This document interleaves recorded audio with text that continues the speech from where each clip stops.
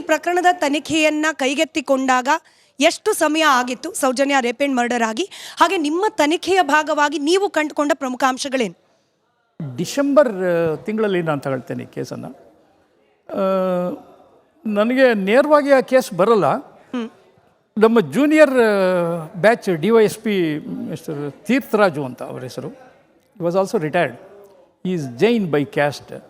ಅವರಿಗೆ ಬೈ ಲಕ್ಕಿಲಿ ಒಂದೊಂದು ಕೇಸ್ ಕೊಡ್ತಾ ಬರ್ತಾರಲ್ಲ CIDನಲ್ಲಿ, ಅವ್ರಿಗೆ ಹೋಯ್ತದು ಸೌಜನ್ಯ ಕೇಸ್. ಹೋದಾಗ ಅವರೇನು ಮಾಡಿದರು, ಫೈಲೆಲ್ಲ ತಗೊಂಬಂದರು. ಅಲ್ಲಿ ಹೋಗಿ ತಗೊಂಬಂದು ಎಲ್ಲ ಸ್ಟಡಿ ಮಾಡಿದರು, ಅಷ್ಟೇ ಅವ್ರು ಮಾಡಿದ್ದು. ಆಮೇಲೆ ನಂತರ ಅವರು ಏನು ಮಾಡಿದರು, ನಮ್ಮ ADG CID ಇದಕ್ಕೆ ರಿಕ್ವೆಸ್ಟ್ ಮಾಡಿದ್ರು ಅಂತ ಕಾಣುತ್ತೆ. ನಾನು I was not there at the time. ನಾನು ಇನ್ವೆಸ್ಟಿಗೇಷನ್ ಹೊರಗಡೆ ಇದ್ದೆ. ಯಾವುದು ಲಾಕಪ್ ಡೆತ್ ಕೇಸ್ ಶಿವಮೊಗ್ಗದಲ್ಲೆಲ್ಲ ಇದ್ದೆ. ಆಮೇಲೆ ನಂತರ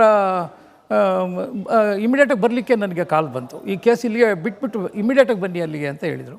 ಸೊ ನಾನು ಕೇಮ್ ಟು ಬ್ಯಾಂಗ್ಳೂರ್. ಆಮೇಲೆ ಬಂದಾಗ ಆಗ ಸೌಜನ್ಯ ಕೇಸ್ ತಗೊಳ್ಳಿ ಅಂತ ಅಂದರು. ಆಮೇಲೆ ಮೆಮೋದಲ್ಲಿ ಯಾರಿಂದ ತಗೊಳ್ಬೇಕು ಅಂದರೆ ತೀರ್ಥರಾಜಿಂದ ತಗೊಳ್ಳಿ ಅಂತ ಬರೆದಿದ್ರು. ನಾಟ್ ಬೆಳ್ತಂಗಡಿ ಇನ್ಸ್ಪೆಕ್ಟರ್, ಇಲ್ಲಿಂದ ತಗೊಳ್ಳಿ ಅಂತ ಬರೆದಿದ್ರು. ಯಾಕೆ ಇದು ಅಂತ ಎನ್ಕ್ವೈರಿ ಮಾಡಿದಾಗ unofficially I came to know that Theertharaju belonging to Jain by caste. So allegations ಮತ್ತು ಅಲ್ಲಿ ಏನು ಫೋರ್ತ್ ಕಮಿಂಗ್ ಥಿಂಗ್ಸ್ ಇದ್ವಲ್ಲ ಅವೆಲ್ಲವೂ ಎಗನೆಸ್ಟ್ ಜೈನ್ ಕಮ್ಯುನಿಟಿ. ಆದ್ದರಿಂದ investigation should be very fair. ಆಮೇಲೆ there should not be any room for such a rumours. ಅದಕ್ಕೋಸ್ಕರ change ಮಾಡಿದ್ದೇನೆ ಅಂತ ನಮ್ಮ SP ಅವ್ರು ಹೇಳಿದರು. ಸರ್, ಇದು 2012ನೇ ಇಸ್ವಿಯದ್ದೇ ನೀವು ಹೇಳ್ತಿರೋದು. ಬಟ್ ಈಗ ಕೇಳಿಬರ್ತಿರೋ ವಾದ ಅಂದರೆ 1 ವರ್ಷಗಳ ಕಾಲ ಜೈನ ಸಮುದಾಯ ಯಾರೆಲ್ಲರ ಹೆಸರು ನಂತರದಲ್ಲಿ ಸೇರ್ಪಡೆ ಆಯಿತು, ಅದು ಸೇರ್ಪಡೆ ಆಗಿದ್ದು 1 ವರ್ಷದ ನಂತರದಲ್ಲಿ. ಧೀರಜು, ಮಲ್ಲಿಕು, ಉದಯ್ ಇವ್ರ ಹೆಸರು ಸೇರ್ಪಡೆ ಆಗಿದ್ದು 1 ವರ್ಷದ ಬಳಿಕ ಅಂತ ಹೇಳಿ. ಈಗ ತೀರ್ಥರಾಜು ಅವರು ಅದಕ್ಕೆ ಮುಂಚೆನೇ ಯಾಕೆ ಒಬ್ಜೆಕ್ಟ್ ಮಾಡಿದ್ರು ಅಂತ ಹೇಳಿ? ಇಲ್ಲ, ಹಾಗಾದರೆ ಅಲಿಗೇಷನ್ಸು ಈ ಪೇಪರಲ್ಲಿ ಮತ್ತು ಮೀಡಿಯಾದಲ್ಲಿ ಎಲ್ಲ ಬರ್ತಾಯಿತ್ತು. ಸುಮಾರು ಪೇಪರಲ್ಲಿ, ಕರಾವಳಿ ಪತ್ರಿಕೆ ಅದರಲ್ಲೆಲ್ಲ ಬರ್ತಾ, ನಾನು ಕಲೆಕ್ಟೆಡ್ ಆಲ್ ದಿ ಪತ್ರಿಕೆಸ್, ಅದರಲ್ಲೆಲ್ಲ ಬರ್ತಾಯಿತ್ತು. ಅದರಲ್ಲಿ ಬರ್ತಿರೋದು 2 ಪ್ರಾಮಿನೆಂಟ್ ಥಿಂಗ್ಸ್ ಏನು ಅಂತ ಹೇಳಿದರೆ, ಅವರು 3 ಜನ ಆಗಲೇ ಬಂದಿತ್ತು. ಅದು is not after 1 year. After 1 year ಅಲ್ಲ, ನಾನು ಇನ್ವೆಸ್ಟಿಗೇಷನ್ ತಗೊಂಡಾಗ that was the problem with me. ನನ್ನ ಎದುರಿಗೆ ಇದ್ದಂತಹ ಸಮಸ್ಯೆ ಅದು. ಚಂದಪ್ಪ ಗೌಡ ಅಂದ ಡಿಸೀಸ್ಡ್ ಇದ್ದಾರಲ್ಲ, ಅವರ ತಂದೆ, ಅವರು ಈ has given the written complaint ನನಗೆ. ಇನ್ವೆಸ್ಟಿಗೇಷನ್ ಎಲ್ಲ ಆಗಿ ಚಾರ್ಜ್ ಶೀಟ್ ಮಾಡಿದ ತಕ್ಷಣವೇ somewhere January 2013 I think, January or February charge sheet ಮಾಡಿದ್ದು. ಆಗ ಚಾರ್ಜ್ ಶೀಟ್ ಮಾಡಿ ನಾನು I am about to return CIDಗೆ. ಆಗ ಮಾಡಿದಾಗ ಆಗ ಏನಾದರೂ ನಮಗೆ ADG ಟೆಲಿಫೋನ್, ನಾವು ಪರ್ಮಿಷನ್ ತಾಳ್ಬೇಕಲ್ಲ, ಬಿಡ್ತೇನೆ ಹೆಡ್ ಕ್ವಾರ್ಟರ್ ಅಂತ. ಆಗ ಕೇಳಿದಾಗ, ನೋಡಿ ನೀವು ಚಾರ್ಜ್ ಶೀಟ್ ಮಾಡಿ, is okay, everything is okay, ನಿಮ್ಮ ಇದರಿಂದ, ನಿಮ್ಮ ಇನ್ವೆಸ್ಟಿಗೇಷನ್ನಿಂದ law and order should not be averted, so that concerned ಯಾರಿದ್ದಾರೆ ಸೂಕ್ಷ್ಮವಾಗಿ ಏನು ಕಾನೂನಿಗೆ ಎಫೆಕ್ಟ್ ಆಗ್ದಂಗೆ ಯು ಅಡ್ವೈಸ್ ದೆಮ್ ಅಂತ ಹೇಳಿದರು ನಮ್ಮ ADG ಮೇಗ್ರಿಕ್. ಐ ಥಿಂಕ್ ಈ was city commissioner also at that time. ಅದಾದಮೇಲೆ ಆದರು. ಆಮೇಲೆ ನಂತರ ಹೇಳಿದರು. ಆಗ ನಾನು ಇವರು ಚಂದಪ್ಪ ಗೌಡ, ದಟ್ ಕುಸುಮಾವತಿ, ಆಮೇಲೆ ವಿಠಲಗೌಡ ಅವರು ಬಂದರು.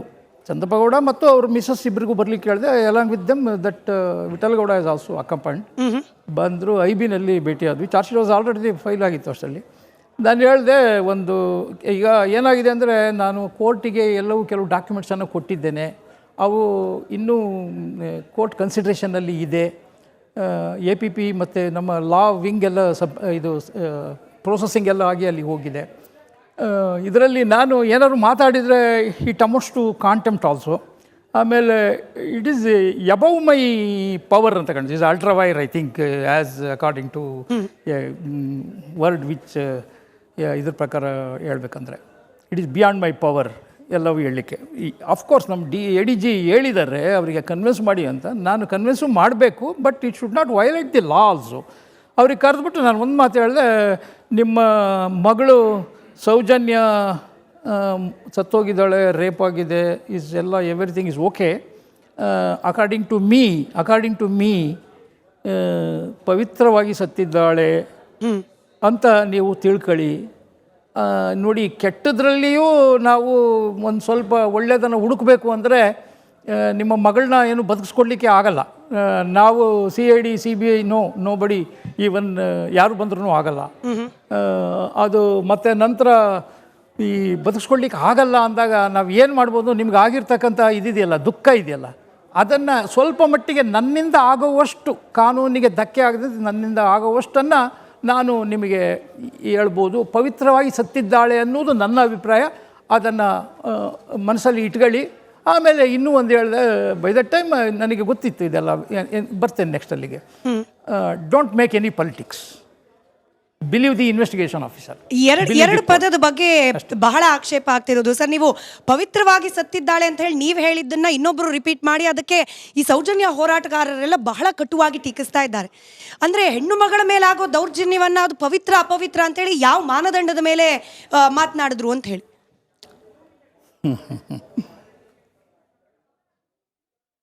ಪವಿತ್ರ ಅನ್ನುವುದು ತನಿಖೆಯ ಹಿನ್ನೆಲೆಯಲ್ಲಿ ಸಿಕ್ಕ ಎವಿಡೆನ್ಸ್ ಅಲ್ಲ. Knowledge is different and evidence is. ನಾಲೆಡ್ಜನ್ನು ನಾನು ಆ ಟೈಮಲ್ಲಿ ಹೇಳಿದೆ ಅಷ್ಟೇ. ನನ್ನ ನಾಲೆಡ್ಜನ್ನು ನಾನು ಹಂಚ್ಕೊಳ್ಳಲಿಕ್ಕೆ ಕೋರ್ಟ್ ವಿಲ್ ನೆವರ್ ಅಬ್ಜೆಕ್ಟ್. ಯಾವ ಅಂಶಗಳನ್ನು ನಾನು ಅದರಲ್ಲಿ ಚಾರ್ಜ್ ಶೀಟಲ್ಲಿ ಬರಲ್ಲ.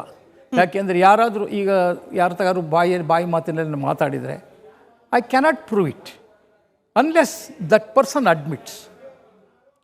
ನಾನು ಇಲ್ಲ, ನನಗೆ ಗೊತ್ತಿಲ್ಲ, ನಾನು ಮಾತಾಡಿಲ್ಲ ಅಂತ ಅವರು ಸಬ್ಸಿಕ್ವೆಂಟಾಗಿ ಏನಾರು ಹೇಳಿದರೆ, so that my words has got no root, ಅದು ಒಣಗಿ ಹೋಗುತ್ತೆ, ಬೇರಿಲ್ಲದ ಸಸ್ಯ ಆಗಿಬಿಡುತ್ತೆ. ಹಾಗಾಗಿ ನನ್ನ ನಾಲೆಡ್ಜ್ ಪ್ರಕಾರ ಹೇಳಿದ್ದೀನಿ ವಿನಃ ಎವಿಡೆನ್ಸ್ ಪ್ರಕಾರ ಆ ಮಾತೆಗೆ ಹೇಳಲಿಲ್ಲ, ಕುಸುಮಾವತಿಗೆ ನಾನು ಹೇಳಲಿಲ್ಲ. ಅಷ್ಟಿದೆ. ಅದಕ್ಕಿಂತ ಹೆಚ್ಚಾಗಿ ನಾನು ಹೇಳಿದೆ, ನನ್ನ ಸಹೋದರಿ ಅನ್ನೋ ಭಾವನೆ ಮೇಲೆ ನಾನು ಹೇಳ್ತಾ ಇದ್ದೀನಿ ಅಂತಲೂ ಹೇಳಿದೆ. ಹೀಗೆ ಯಾಕೆ ಅಂತ ಹೇಳಿದರೆ, ಇನ್ವೆಸ್ಟಿಗೇಷನನ್ನು ನಾವು ತಗೊಂಡಾಗ ನಮ್ಮ ಕೇಸ್ ಅದು ಸ್ವಂತ ಕೇಸ್ ಅಂತ ಗಮನ ಇಟ್ಟು ತಗೊಂಡಿರ್ತೇವೆ. ಹೀಗೆಲ್ಲ ಇದೆ. ಈ ಪವಿತ್ರವಾಗಿ ಸತ್ತಳು ಅನ್ನೋ ನಿಮ್ಮ ಪದ ಬಳಕೆಗೆ ಪೂರಕವಾಗಿ ಈ ಜಡ್ಜ್ಮೆಂಟ್ ಕಾಪಿ ಪೇಜ್ ನಂಬರ್ 76ರಲ್ಲಿ ಒಂದಷ್ಟು ಅಂಶಗಳನ್ನು ಇಲ್ಲಿ ಉಲ್ಲೇಖ ಮಾಡಲಾಗಿದೆ ಸರ್. ಎಸ್ಪೆಷಲಿ ಡಾಕ್ಟರ್ ಅದಮ್ ಅವರು ಕೊಟ್ಟ ಮೆಡಿಕಲ್ ರಿಪೋರ್ಟ್ನ ಆಧಾರದ ಮೇಲೆ ಇಲ್ಲಿ The vagina admits 2 fingers, bleeding present, uterus was with normal size ಅಂತ ಹೇಳಿ ಉಲ್ಲೇಖ ಮಾಡಲಾಗಿದೆ. ಇದು ನೀವು ಬೇರೆ ಬೇರೆ ಮಾಧ್ಯಮದಲ್ಲೂ ಕೂಡ ವಿವರಿಸಿದ್ದೀರಿ. ಮತ್ತೊಮ್ಮೆ ವೀಕ್ಷಕರಿಗೆ ಗೊಂದಲ ಇರೋ ಕಾರಣಕ್ಕೆ ಇಂಟರ್ ಕೋರ್ಸ್ ಆಗಿಲ್ಲ ಅಥವಾ ಆಗಿರೋ ಸಾಧ್ಯತೆ ಇಲ್ಲ ಅಂತ ಹೇಳಿ ಇಲ್ಲೆಲ್ಲೂ ಉಲ್ಲೇಖ ಮಾಡಿಲ್ಲ. ಯಾಕೆ ಹಂಗೆ ಅಂದುಬಿಟ್ರು ರುದ್ರಮುನಿ ಅವರು ಪ್ರಶ್ನೆ ಕೇಳ್ತಿದ್ದಾರೆ. I went early in the morning to Ujire. ಆಗ ಅವರ ಆಬ್ಸೆನ್ಸಲ್ಲಿ ಏನು ಇನ್ವೆಸ್ಟಿಗೇಷನ್ ಮಾಡಬೇಕು, ಲೋಕಲ್ ಪೊಲೀಸ್ ಆಬ್ಸೆನ್ಸಲ್ಲಿ ಏನು ಇನ್ವೆಸ್ಟಿಗೇಷನ್ ಮಾಡಬೇಕು ಅನ್ನೋದನ್ನ ಚಾಕ್ಔಟ್ ಮಾಡ್ಕೊಂಡಿದ್ದೆ. ಸೊ ದಟ್ ಇಮಿಡಿಯೇಟ್ಲಿ ನಾನು ಐ ಅಪ್ರೋಚ್ಡ್ ಡಾಕ್ಟರ್ ರಶ್ಮಿ, ಉಜಿರಿನಲ್ಲಿ ಸಿಗ್ತಾರೆ.